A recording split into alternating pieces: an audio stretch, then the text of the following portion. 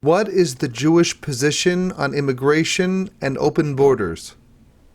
The real question regarding immigration and open borders, the real issue is nationhood, the importance, the centrality of nationhood in a normal, healthy, full expression of human existence. Human existence, life as we know it and as we live it and as we should wish to live it, can be and must be understood on a number of different levels. First of all, there is the level of the individual's existence as a human being, which of course has everything to do with that person's innate abilities, talents, intelligence, and leanings. And in that regard, every human being should be trained and encouraged to maximize and fully realize their talents and their abilities. And that is the ideal for the individual. But human life is not just about the individuum. Above that, we have the next level, which is the family. I refer, of course, to a normal, traditional, healthy family, which consists of a father and a mother and children. The fact, of course, that I have to stress this fact is a very sad commentary on the times in which we live. But just to be clear, that is what I mean by family, and that is the Jewish concept of a family. And this too is an essential part of the human experience. A human being should not be raised as an individual. A normal human being, a healthy individual, is brought up within a family unit where he or she experiences love and care and bond with his or her parents, siblings, and also there's the extended family, which is also an important concept in human affairs and certainly in Jewish affairs. A family is not just the nuclear family. One should develop and nurture the connection with one's extended family, and this enriches human experience and human life. That is the second level of human existence and normative, healthy human living. The next level above that is the level of the community. The normal, healthy way for human beings to live beyond their individual existence and the existence of their families, the family units in which they grow up, is to be part of a community. A community is already something which needs to be understood and defined in terms which are above and beyond the nuclear family or even the extended family. A community implies a shared common heritage, background, ethnicity, historical experience, historical memory, language, and values. And this almost inevitably is also intertwined inextricably with religion. This is how it has been for all of human existence, for all of human history as we know it. A community is essentially a collection of families. The number of such constituent families is undetermined. It can be relatively few in number or very great in number. The community, which is a collection of families which share these values and upbringing and heritage and aims and goals and purpose in life, such a community adds a further level of enrichment and meaning to human existence.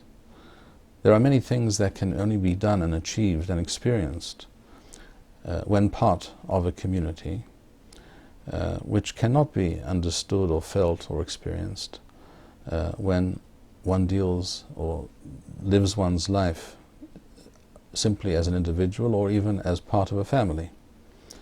In some ways, a community is an extension of the extended family. And the level beyond that is the level of nationhood. In many ways, it would be correct, and it would, I think, help many people to more fully grasp this concept correctly, to view nationhood as an extension of the extended family. Essentially, a nation is a very, very large family of people, of communities. Communities made up of families, families made up of individuals, and there are certain common denominators and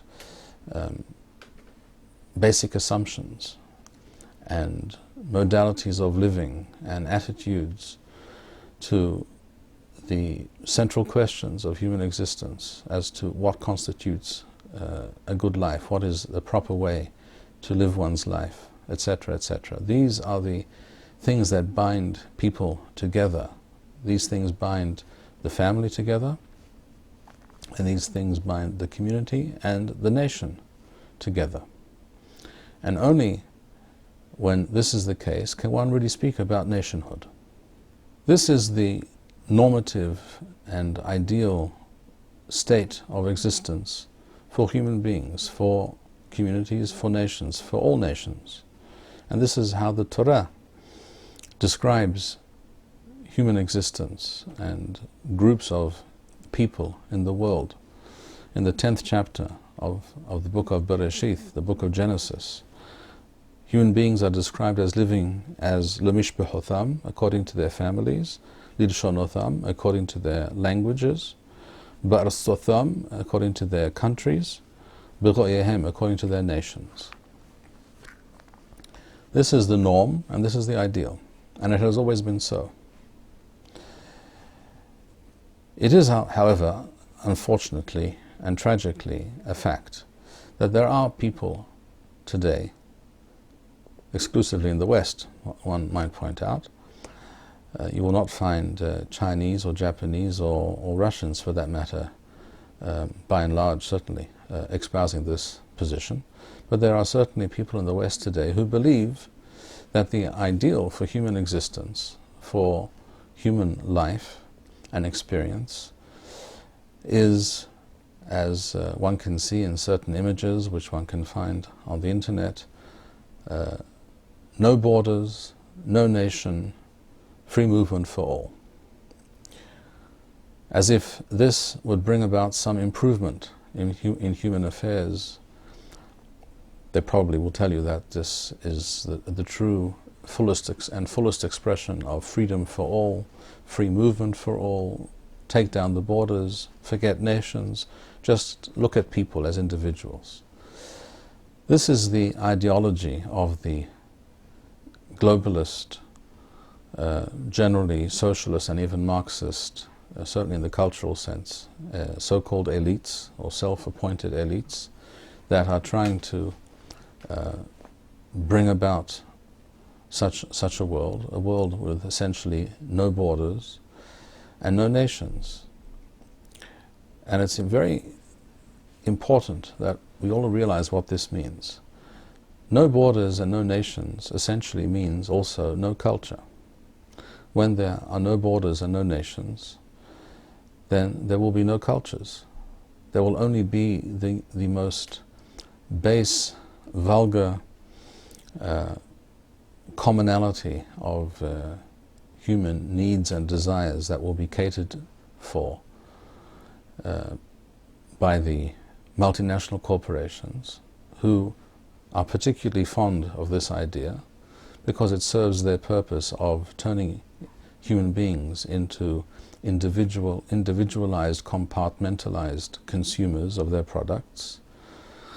And as far as they are concerned, culture, the differences between cultures and nations are just a nuisance. They get in the way of their business, of their commercial interests.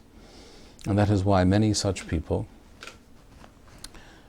corporations and wealthy individuals, support such ideas, because their view of human happiness is a world of unbridled, uncontrolled materialism and consumption. And this, from their point of view, should be and is the ideal.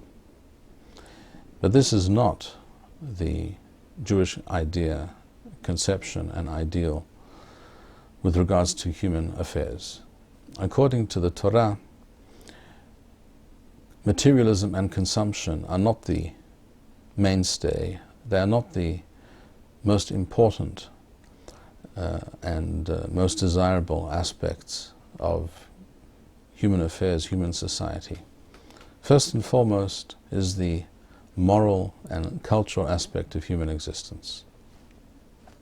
When you break into families and communities and nations down, when you cause them to disintegrate, then you are left only with the individual. And the individual has certain needs, requirements, and desires, not all of which are necessarily good or directed to positive purposes.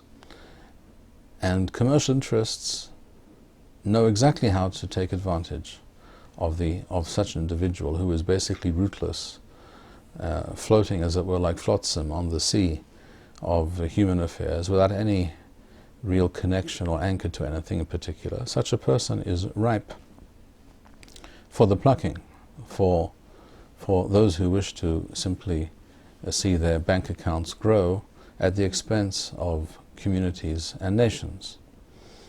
But for human beings, for human affairs, this is not the ideal. This is a very negative and pernicious concept.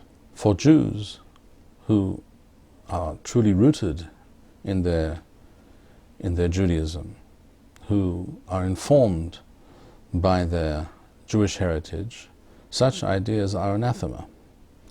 According to Judaism, individuals should be part of families, which in turn should be part of communities, which in turn should be part of nations. And that is the normative, healthy state for human beings. And such a state of existence is conducive to the betterment, the furtherment, and the development of the various human cultures and civilizations that exist in the world today. And this is true for all nations. It is true for the people of Nigeria, and it is true for the people of Sweden. It is true for the people of America, and it is true for the people of Israel.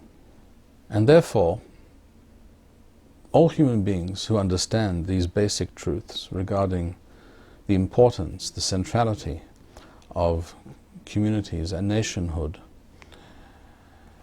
should unite against those of the globalist, Marxist, postmodernist persuasion who are trying to undo all that has been done by humanity, by all different nations on earth for thousands of years. And therefore, we should concentrate, those who understand these truths should concentrate and focus on opposing the globalist, postmodernist, anti-cultural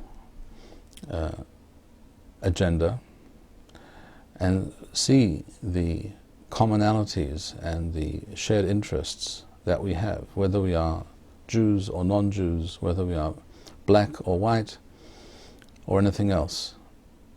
It is good for humanity, it is good for nations, and it is good for individuals to live according to the natural, divinely ordained order of human affairs. And as history and experience have shown us, particularly over the last 120 years, I refer, of course, to the terribly evil and tragic results of Marxist ideology and the social engineering of the radical left, all attempts to undo the natural, divinely ordained order of human affairs can only and will always result in disaster. The production of these videos and maintaining this channel demands much time and money. If you enjoyed this video, please show your appreciation and support. To make a donation, please go to www.machonshilo.org and press the PayPal button which appears on the upper right-hand side of the home page. To sponsor a video or purchase Birkon Nusach Eretz Yisrael, please write us at office@machonshilo.org.